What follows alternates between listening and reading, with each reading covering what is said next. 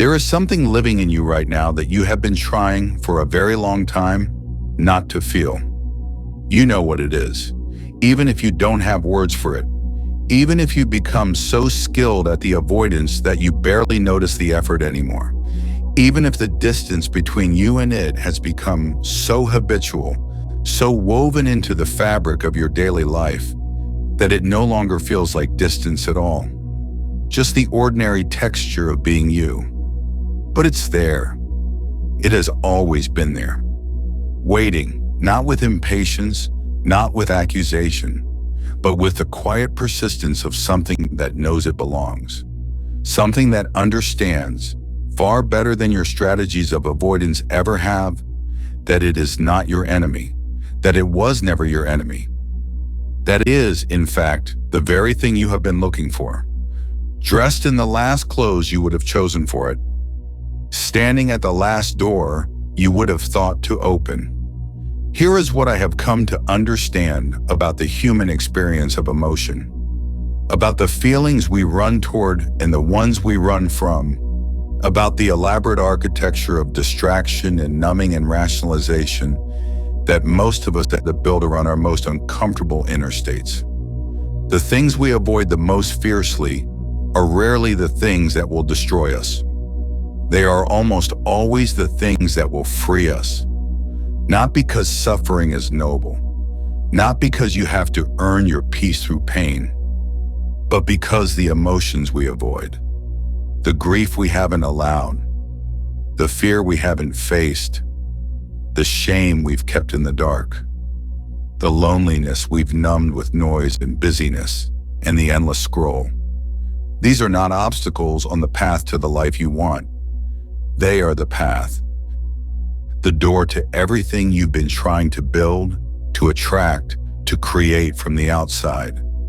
The door is made of the very thing you've been refusing to feel. Today we are going to walk toward it together, slowly, with compassion, without any agenda other than to understand what is there, and to discover, perhaps for the first time, that it has never been as dangerous as the part of you that learned to fear it believed. Settle in. This one matters. Let me paint you a picture that I suspect will be familiar. It is an ordinary Tuesday. Nothing is dramatically wrong. You wake, you move through your morning, you do the things the day requires. And somewhere in the middle of it, in the space between one task and the next, in the particular quality of quiet that arrives in the car or the shower or the moment just before sleep, something stirs. A feeling. Not a named feeling necessarily, more like a weather system moving through. A heaviness perhaps, a tightening. A kind of gray that doesn't quite lift. A sense of something unresolved, something unaddressed, some interior room you haven't opened for a while and aren't sure you want to. And then, so quickly, so automatically, so practiced that you barely register the choice. You do something. You pick up your phone, you think about dinner, you call someone, you make a plan, you get very busy suddenly with something that requires your full attention. You pour a glass of something, you turn on something to watch, you start a conversation in your head about something entirely unrelated to the feeling that was just there. And the feeling, for now, for this particular Tuesday, recedes, managed, contained. Not gone, but successfully not felt for another few hours. This is avoidance, not dramatic avoidance. Not the crisis-level numbing that shows up when we talk about addiction or dissociation. Just the ordinary, daily, completely normalized management of uncomfortable inner states. The micro-avoidances that most people perform dozens of times each day without any awareness that they are doing it. And here is what makes it so difficult to see clearly. It works. In the short term, avoidance works beautifully. The feeling recedes. The discomfort passes. Life continues. The Tuesday resolves. You get through it. The problem is what happens to the feeling that was avoided. It doesn't disappear. Emotions are not things that dissolve when ignored. They are energy. Actual physiological energy generated by the nervous system in response to experience and meaning. An energy that is not allowed to complete its natural arc, to be felt, metabolized, and released. Doesn't vanish. It is stored in the body, in the tissue, in the chronic muscular tensions, in the postures, in the automatic flinches. In the nervous system, where it lives as a kind of background charge, a persistent, low-grade activation that colors every subsequent moment, shapes every subsequent response, and broadcasts continuously into the field of your reality. The unfelt grief becomes a frequency of sadness that runs beneath everything, making the world appear, through that lens, more barren and less generous than it actually is. The unfelt fear becomes a frequency of threat that the nervous system translates into hypervigilance, a constant, exhausting orientation toward danger that makes ease and openness and genuine receiving feel perpetually just out of reach. The unfelt shame becomes a frequency of unworthiness that shapes every interaction, every opportunity, every question of what is possible for a person like you, quietly ensuring that the good things, when they appear, are filtered out before they can fully land. None of this is intentional. None of it is weakness. It is the completely predictable result of a strategy that made perfect sense when it was first learned. Because most of us learn to avoid our feelings for very good reasons. We learned it young, in environments where certain feelings were unwelcome, where tears were met with dismissal, where anger was dangerous, where fear made the adults uncomfortable, where sadness was treated as something to be fixed or pushed through rather than held. In environments where the message, spoken or unspoken, was, these feelings are too much. Manage them, contain them, don't let them show. And we were brilliant. We learned, we developed strategies, some subtle, some elaborate, for doing exactly that, for keeping the difficult feelings at a manageable distance, for presenting to the world and often to ourselves a version of our inner life that was more contained, more acceptable, more functional. Those strategies saved us in a very real sense. They allowed us to navigate situations that, without them, might have been genuinely overwhelming. But they were always meant to be temporary, always meant to be training wheels, not a permanent way of moving through the world. And when they become permanent, when the avoidance that was adaptive in childhood becomes the default mode of adult life, they begin to cost far more than they protect. They cost us our frequency, our clarity, our capacity to fully receive what life is offering. They cost us the door. I want to tell you about a man named Eli. Eli was 52 years old, and he had spent most of his adult life being, by his own description, fine, not unhappy. Fine, functional, productive, reasonably successful, liked by most people who knew him. He had built over decades a life that worked, that was stable, that had very few dramatic problems. But Eli had not cried in 23 years. He knew the exact length of time because he remembered the last time. His father's funeral. He had cried there, briefly, controlled, the minimum sufficient tears of a man who was in charge of making sure everything ran smoothly. And then he had stopped and had not started again. Not at the end of his marriage 7 years later. Not when his daughter left for university and he stood in her empty bedroom and felt something enormous move through him, and then, almost immediately, tighten and recede. Not at the deaths of friends or the ending of things that had mattered, or the quiet accumulation of years that had passed in the register of fine, always fine, perpetually, exhaustingly, completely fine. Eli came to the work not because he thought something was wrong with him. He came because everything in his external life was in order, and he could not understand why it felt like he was watching his own life through glass. Why genuine joy? Not the performance of joy, not the acknowledgement of good fortune, but the actual feeling of it, the warmth of it landing in the body, seemed to arrive only as an echo, a reflection of something happening somewhere slightly beyond his reach.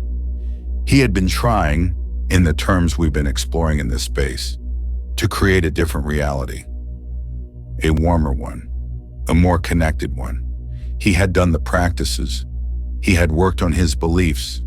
He had tried to shift his frequency. And nothing fundamental had changed, because the door was still closed. The thing Eli was avoiding was grief. 23 years of it. The grief of his father, yes. But beneath that, older grief. The grief of a boy who had learned very early that emotional intensity was dangerous. That the adults in his world were not equipped to hold his full feeling self. That the safest version of himself was the contained one, the competent one, the fine one. That grief had been living for decades behind the closed door. Not demanding, not dramatic, just present, waiting. And the closed door was keeping everything else out too. Because here's the paradox that Eli's life illustrated so precisely. You cannot selectively close yourself to difficult feelings and remain open to the good ones. The door is not divided into sections. The grief section and the joy section, the fear section and the love section. It is one door, and when it is closed, when the nervous system has learned to manage and contain and not feel, it closes in both directions.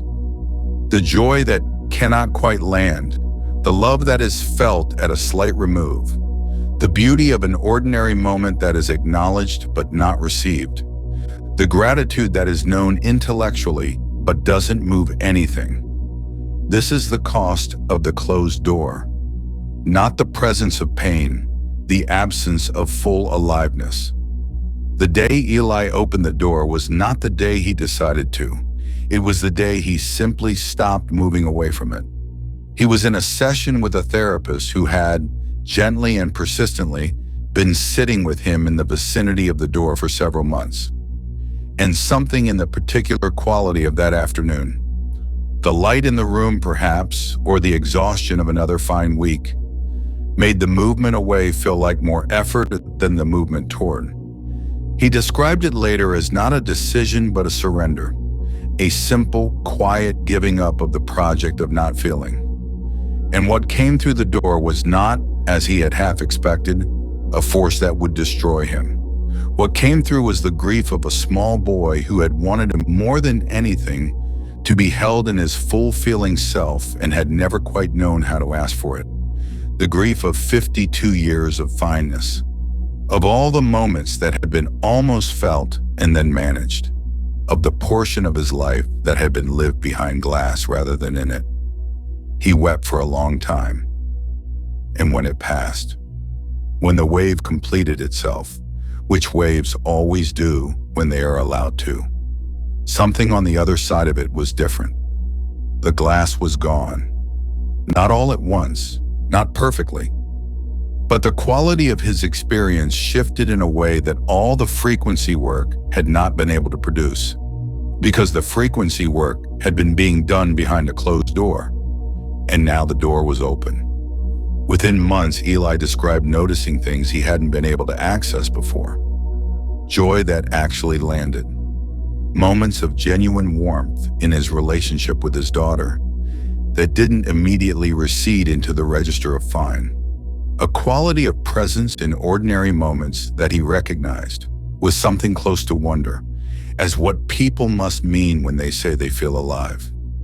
He had not created a different external reality. He had opened the door, and life, flowing through the open door, had reached him. Let me give you the science beneath the story, because what happened to Eli is not mysterious. It is, in fact, precisely what the body is designed to do, and what it is prevented from doing when avoidance becomes the default. Every emotion has a physiological arc. It arises, triggered by a perception, a memory, a thought, a sensation. The nervous system generates a cascade of physical responses. Changes in heart rate, breath, muscle tension, hormonal release. The body prepares to respond to whatever the emotion is signaling. If the emotion is allowed to complete its arc, if it is felt, expressed, moved through, the physiological response resolves. The activation completes. The nervous system returns to baseline. The energy, having moved, dissipates. And what follows is not the devastation the avoidance self feared, but something more like the quiet after a storm, a settling, a returning home. This is the natural cycle. Arise, peak, resolve, settle. Every emotion in its natural arc is self-completing. It does not require management. It requires allowing. What happens when the arc is interrupted? When the feeling is suppressed, avoided, cut off before it can complete, is that the physiological activation doesn't resolve. The body remains in a state of partial activation, holding the incomplete emotion as a kind of suspended charge, a circuit that was open but never closed. And this suspended charge is not neutral. It is a continuous physiological demand on the system. It requires energy to maintain. It shapes the baseline state of the nervous system, keeping it in a low-grade state of alert that never fully resolves. It creates, over time, the chronic tension patterns, the shallow breathing, the fatigue that comes not from activity, but from the constant background effort of keeping the door closed. It also, and this is the crucial thing, it becomes a frequency, a persistent, low-level broadcast of whatever the suppressed emotion contains. Grief becomes a frequency of loss. Fear becomes a frequency of threat. Shame becomes a frequency of unworthiness. And these frequencies, broadcasting continuously from the body, from the stored, incomplete emotional arcs, are the signals that the field receives and reflects back.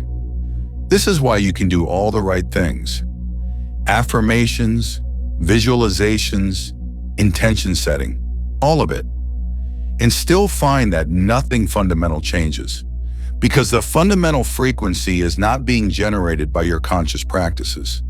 It is being generated by your stored, avoided, incomplete emotional arcs. And no amount of conscious work applied to the surface will permanently override a signal being broadcast from the deep body. The only thing that changes the signal at the root is completing the arc, feeling what has been unfelt, allowing what has been suppressed, opening the door. Now, I want to be clear about something, because this can be misunderstood. I am not saying that the path to a different reality is to spend your days in acute emotional distress. I am not saying that the practice of feeling your feelings means living in a permanent state of emotional intensity.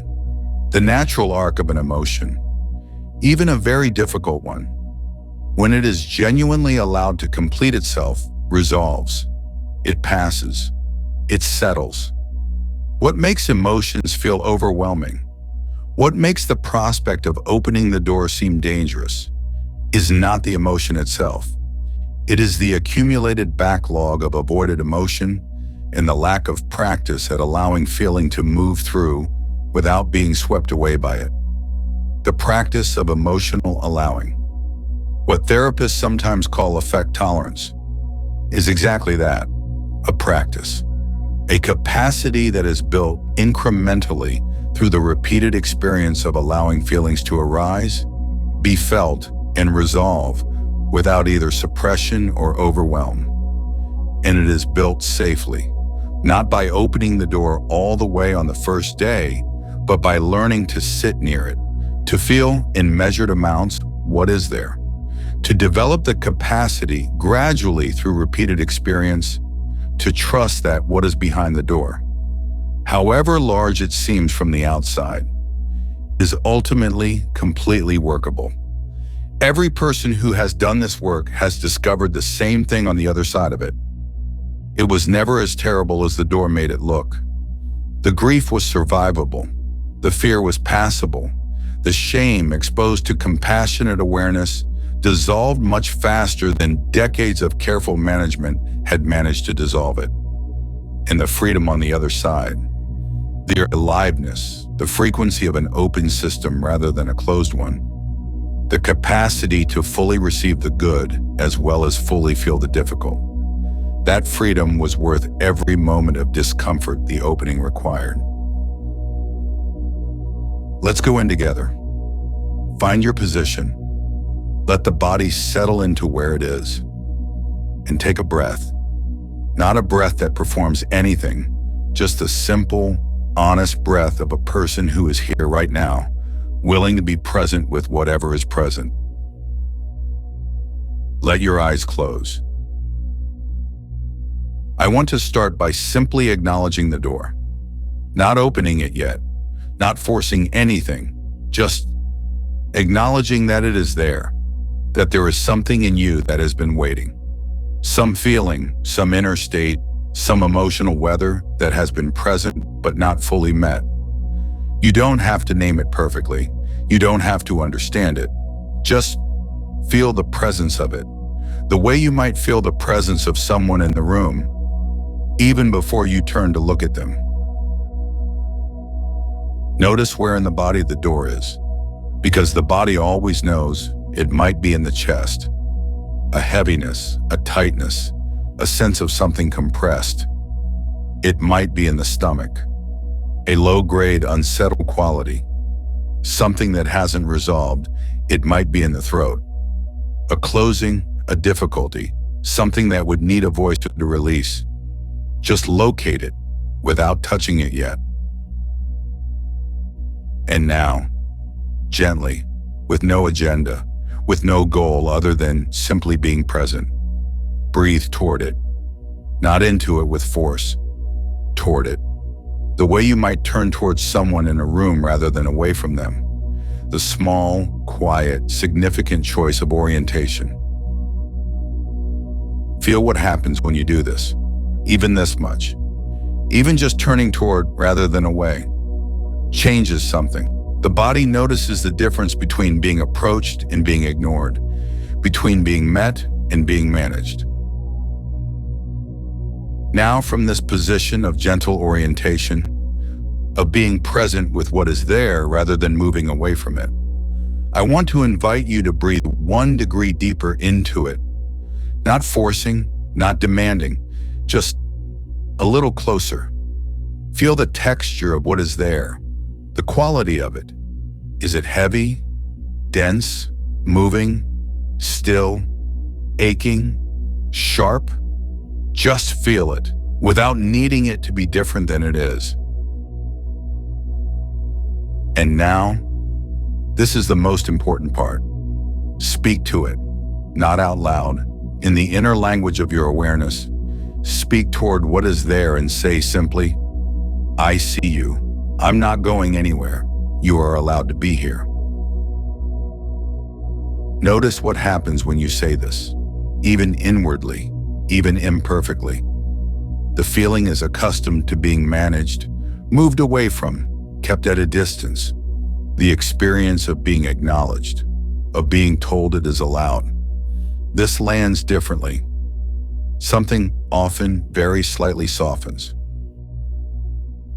Stay here, in this orientation, in this presence, breathing toward rather than away, not forcing the door open, just being willing to be near it, to acknowledge it, to let it know that you are not today going to run.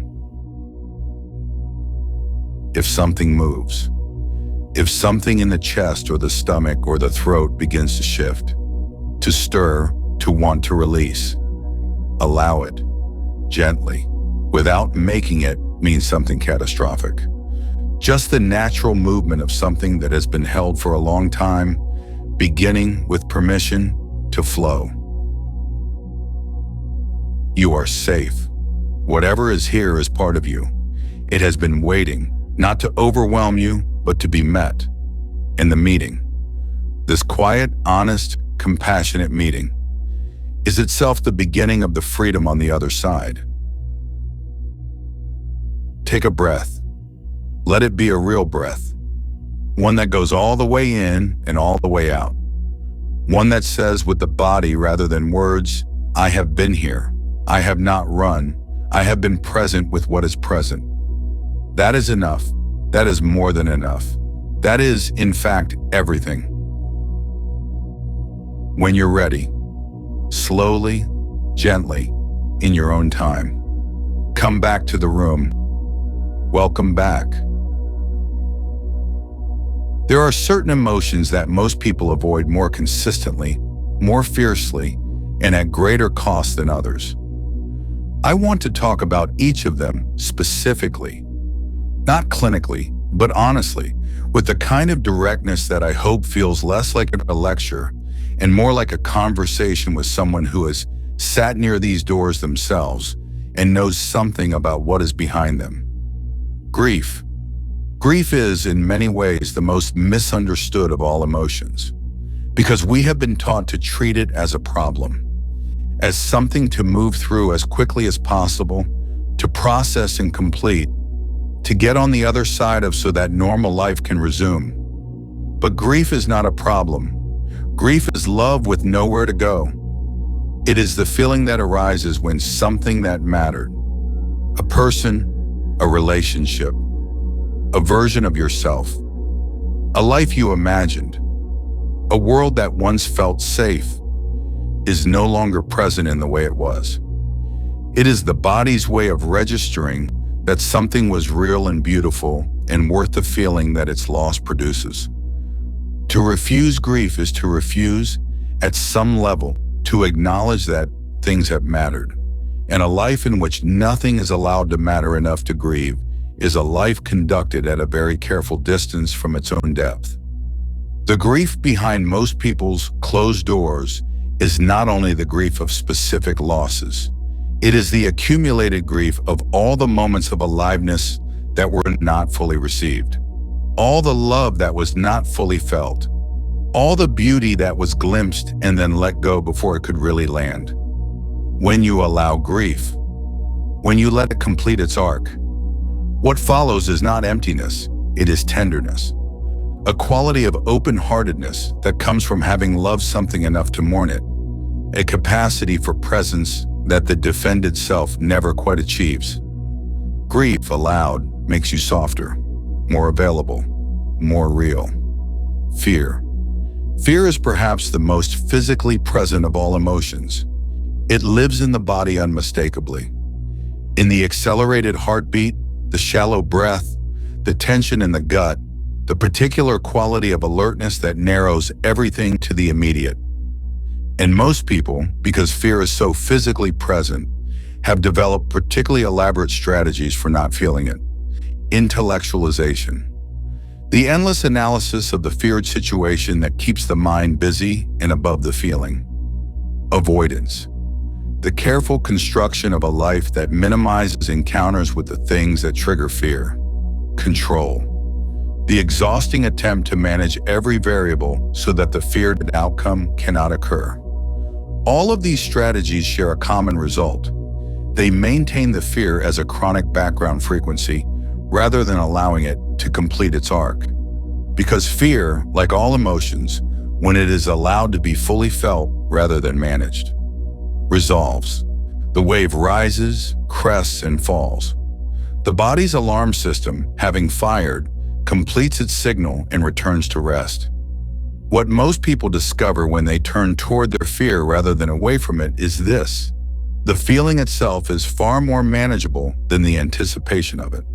The body in the midst of fear is uncomfortable, but it is not in most cases unbearable. It is workable. It passes.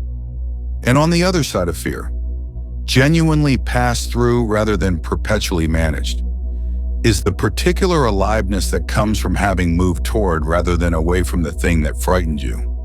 The expansion, the slight recalibration of what you now know yourself to be capable of meeting. Shame. Shame is the quietest and deepest of the common avoided emotions.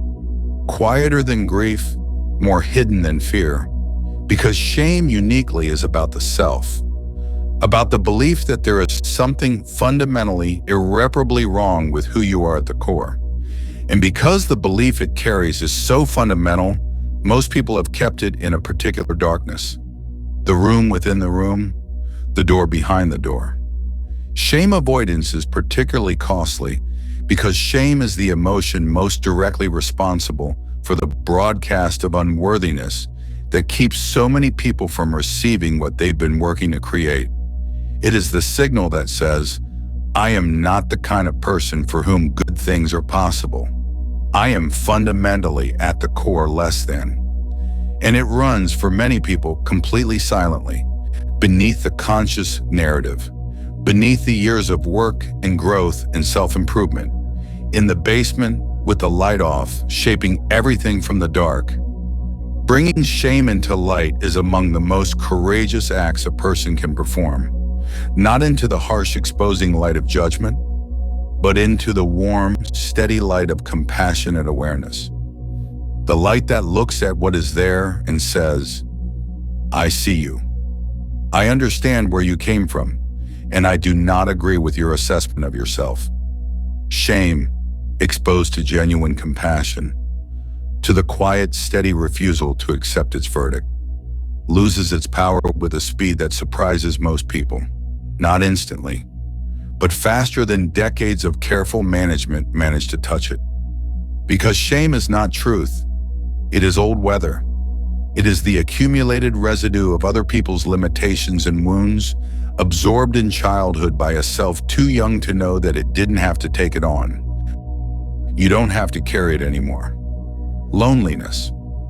There is a particular kind of loneliness that has nothing to do with the number of people in your life. It is the loneliness of not being fully known, of moving through relationships, even close ones, with some portion of yourself withheld, of showing up in the world as a curated version rather than the full thing. This loneliness is, paradoxically, created by the very strategies that are meant to prevent it. The performance of okayness that keeps the difficult feelings hidden. The management of self-presentation that never quite lets the real person through. The careful, continuous editing of inner experience that produces a version of connection that is real, but not quite all the way real. In the avoiding of this loneliness, the busyness, the surface connection, the continuous motion that keeps the feeling at bay, is one of the most effective generators of the frequency of lack, of the broadcast that says, I am not truly seen, I am not truly known. Connection is happening around me, but not quite reaching me. The antidote to this loneliness is not more people. It is less performance, the willingness. Gradual, courageous, incremental. To let the real thing through, to stop managing the impression and start making the contact. And that willingness begins with turning toward the feeling, with acknowledging the loneliness, honestly, without shame, without the story that it means something is wrong with you. Just this is what is here. This is the honest weather of this moment. From that honesty, from that genuine contact with the real inner state, authentic connection becomes possible in a way it never is from behind the performance. Let me describe it in terms of frequency and field. What changes when the door opens? When the stored, avoided emotions begin to be felt and metabolized. When the backlog of incomplete emotional arcs begins gradually to resolve. The chronic physiological activation that has been maintaining them begins to release. The nervous system begins to find its way back to a baseline that is genuinely restful rather than perpetually defended. And from that resting baseline, from a nervous system that is not chronically spending its resources on emotional suppression, the signal that goes out into the field is different, cleaner, less contaminated by the frequencies of unexpressed grief, unacknowledged fear, stored shame, more genuinely reflective of the actual inner state of a being who is, moment by moment, more fully present. The metaphor I find most useful is that of a river whose source is partially blocked, whose flow is restricted by debris, by dams, by the accumulated obstacles of years. Moves slowly, its surface is often murky. It cannot reach the places it is meant to reach. It cannot nourish the landscape it flows through to anything like its full potential. And when the blockages are cleared, when the debris is removed, when the dams are released, the river does not become violent or overwhelming. It becomes what it was always meant to be, flowing, clear, reaching, nourishing everything in its path with the generosity of an unobstructed current. You are the river. The stored emotions are the blockages, not permanent features of the landscape, not definitions of what the river is. Temporary obstacles built by circumstance and learning, and the entirely understandable strategies of a self doing its best in difficult conditions. In clearing them, opening the door, allowing the flow, does not create chaos. It creates precisely the opposite. It creates the clarity, the energy, the genuine openness to life. That is what most people are actually seeking when they speak of wanting to raise their frequency, of wanting to attract better experiences, of wanting to feel more alive. The frequency of an open system, of a nervous system that is not chronically defended, of a self that is not perpetually managing its inner weather, is simply the natural human frequency, the one that was present before the avoidance strategies were built, the one that exists beneath them, patient, intact, waiting for the conditions that allow it to express. It is not a frequency you have to manufacture. It is the frequency you already are when the doors open. Let me tell you about Nadia. Nadia was 38, and she had spent most of her adult life in what she described as a constant low-grade battle with herself. Not a dramatic battle, a quiet one. The daily effort of keeping herself functional, presentable, moving forward. She described it as wearing a wet coat everywhere she went. Not unbearable, just heavy. Always there. She had done a great deal of spiritual and self-development work. She understood the concepts: frequency, vibration, conscious creation, all of it. She could articulate it beautifully. She genuinely believed in it. But the wet coat remained. What Nadia had not done, what she had with great sophistication consistently managed to avoid, was feel the anger. Not the performed anger of righteous indignation or the safe anger of irritation at small things. The real anger, the deep, old, entirely legitimate fury of a person who had spent decades contorting herself to meet other people's expectations, who had made herself small to make the people around her comfortable, who had said yes when she meant no, and smiled when she wanted to scream, and been endlessly, exhaustingly, unsustainably good. That anger had been in the room for years, and Nadia, who thought of herself as a spiritual person, who valued peace and harmony and the high frequencies of love and gratitude, had been very, very good at keeping it at a distance, reframing it, transmuting it, doing everything except actually feeling it. The day it arrived, the day she finally stopped moving away from it. It came with a physical force that surprised her, the heat of it, the aliveness of it, the way it moved through her body like something long compressed suddenly finding space to expand. She was not, as she had feared, destroyed by it. She was not consumed. She was not transformed into someone unrecognizable. She was lighter. The wet coat, which had not been made of sadness or fear or grief as she had assumed, but of the energy required to contain and manage and not feel the anger. The coat began over the weeks that followed to lift, and the frequency that emerged from underneath it was not what spiritual bypassing had tried to manufacture through years of affirmations and high vibe practices.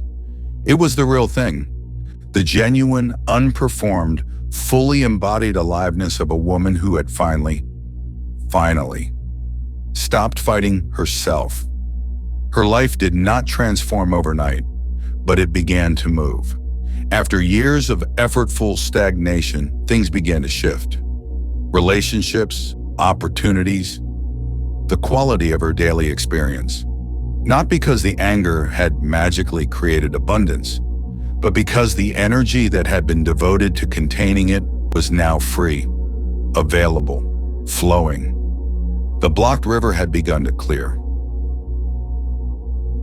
The work of emotional allowing is not only a grand, therapeutic, once-in-a-while deep dive, it is also, and perhaps more powerfully, a daily practice, a moment-by-moment orientation, a way of being with yourself throughout the ordinary hours of ordinary life that gradually, consistently changes the quality of everything.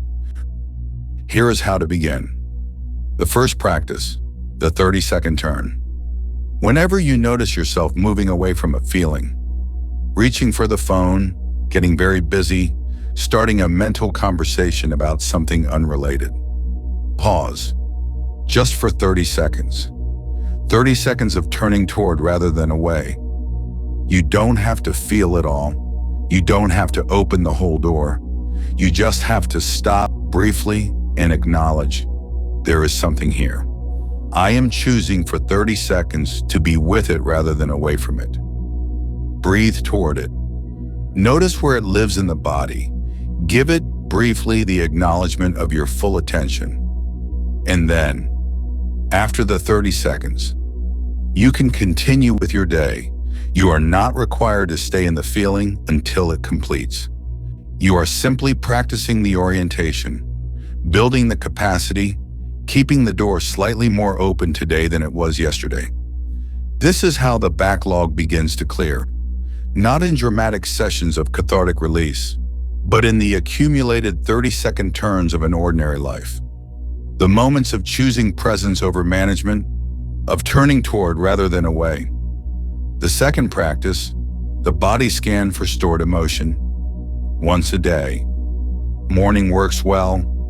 Spend 5 minutes simply scanning the body for areas of chronic holding.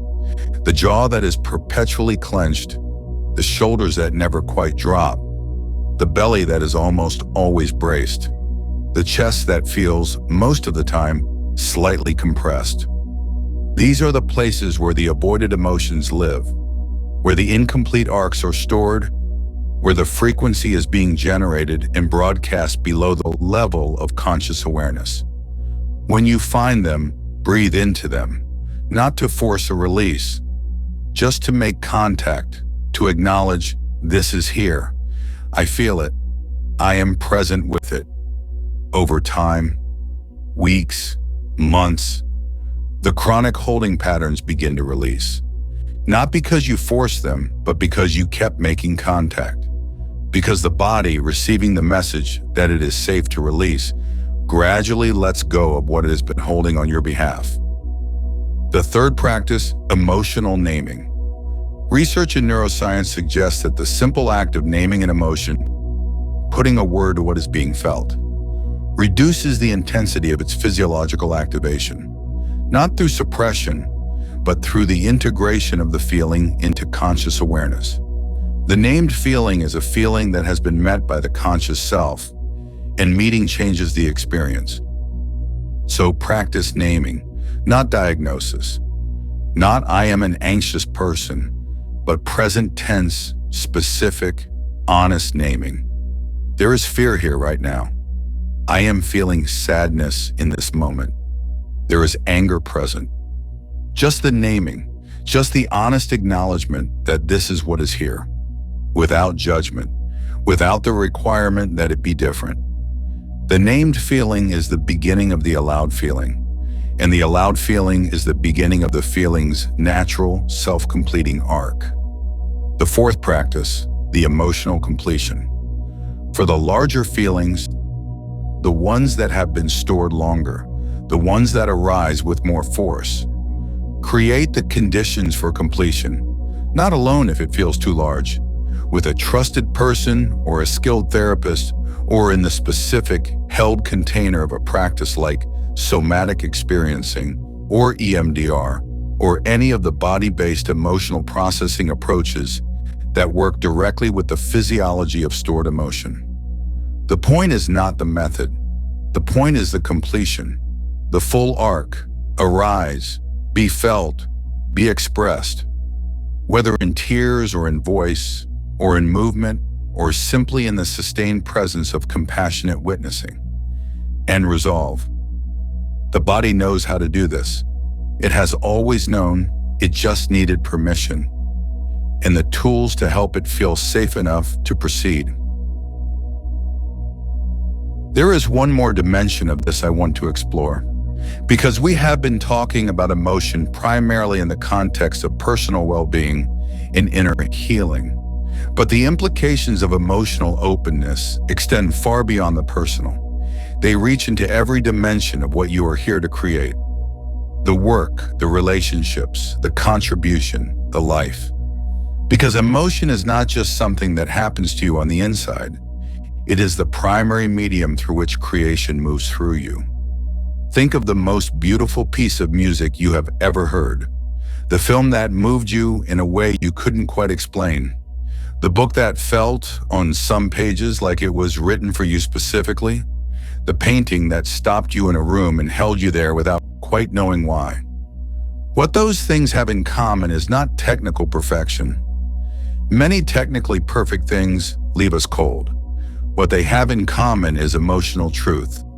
The unmistakable sense that the person who made them was in full contact with their own feeling life when they made it. That they were not managing or performing or curating. They were meeting something real in themselves and offering it honestly to the world. And we feel it, across time, across culture, across every difference of context and circumstance. We feel when something is made from full emotional contact, and we feel equally when it is not. This is the relationship between emotional openness and creative power. The more fully you can access the whole range of your feeling life, not just the comfortable feelings, not just the approved feelings, not just the feelings that fit the self-image you've constructed, the more fully you can access the creative depth from which genuinely meaningful work emerges. The poet Rainer Maria Rilke wrote, in a passage of extraordinary beauty, that we must be willing to touch the difficult things. The grief, the fear, the wonder, the awe. Not as despite our work, but as the very substance of it.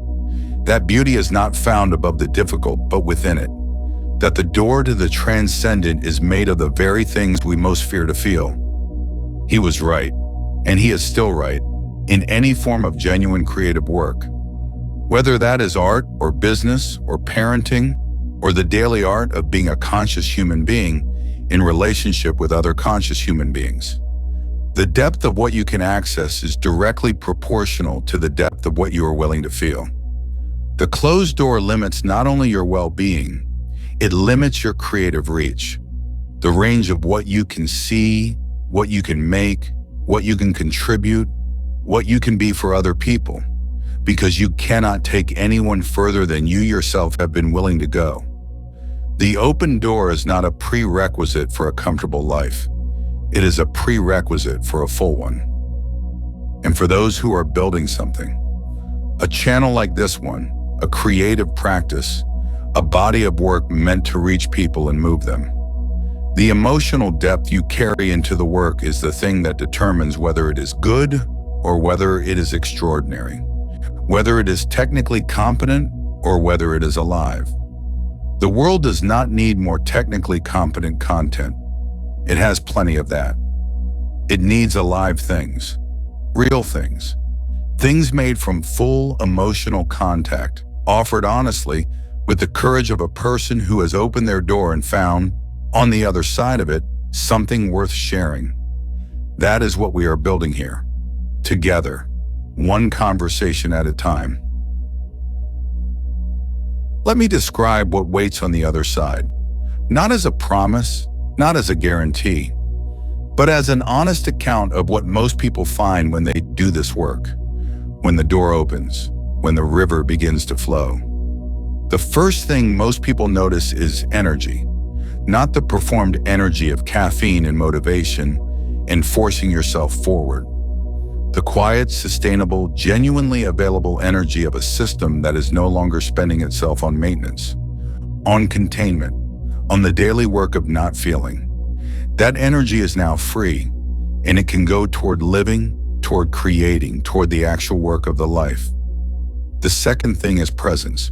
The quality of being actually here in the moment rather than slightly removed from it.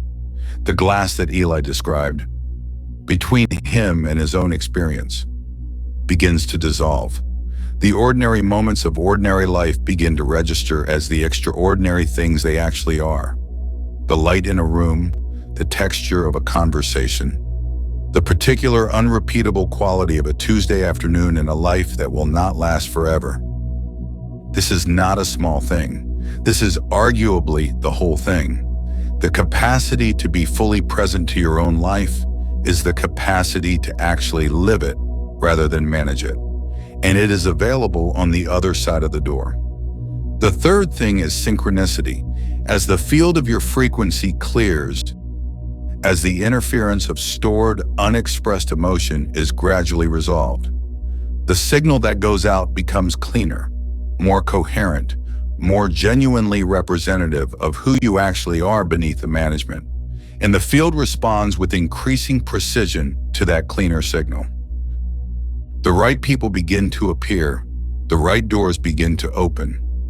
Not in a fairy tale way, not without the continuing ordinary work of a human life in a complex world, but with a grace and a timing that the defended self, broadcasting through layers of suppressed emotion, cannot access. The fourth thing, and this is the one that most surprises people, is compassion. For others, yes, but first and most importantly, for yourself. Because the person who has done this work, who has turned toward their own difficult feelings with honesty and compassion and the patience to let them complete, that person has done the most difficult thing. They have met themselves fully, and in that meeting, a tenderness arises that changes the quality of every subsequent relationship, every subsequent interaction. You cannot give to others what you have not given to yourself. And what you have given yourself in the work of emotional opening is the experience of being fully met by your own awareness, fully accepted, fully allowed. From that ground, everything else is possible. There is a door in you. You have been standing near it for a long time, perhaps circling it, perhaps looking at it from a safe distance, perhaps pressing your ear to it late at night when the distractions are quiet and the feeling is close enough to feel through the wood. And the thing on the other side of it is not what you fear. It is not destruction. It is not the feeling that will finally be too much. It is not the wave that will not pass. It is you, the full version, the one that has been waiting, patient and intact, beneath all the years of management and performance and the daily effortful project of getting through. It is your grief, which is the measure of how much you have loved, your fear, which is the sign of how much you care, your anger, which is the proof of your value and your boundaries, and the fact that something in you knows very clearly what you deserve. Your loneliness, which is the longing of a self that knows genuine connection is possible and has not yet fully received it. All of it is you. All of it belongs. All of it allowed, metabolized, moved through. All of it becomes fuel for the frequency you have been trying to build, the life you have been trying to create, the person you have been trying to become. You do not have to open the door all at once. You do not have to do this alone or in a rush or perfectly. You just have to be willing to stop moving away from it, to stand near it in the warmth of your own compassionate awareness and let it know, I see you, I'm here, I'm not running anymore. That is enough to begin. That is, in fact, everything.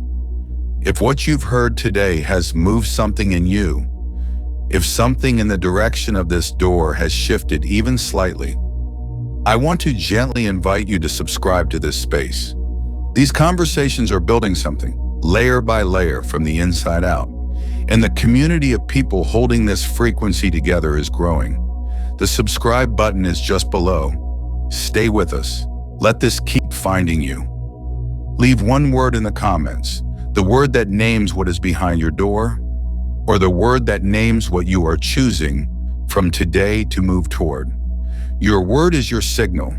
Your signal is your beginning. I'll see you in the next one. With love and with the genuine hope that you will open the door.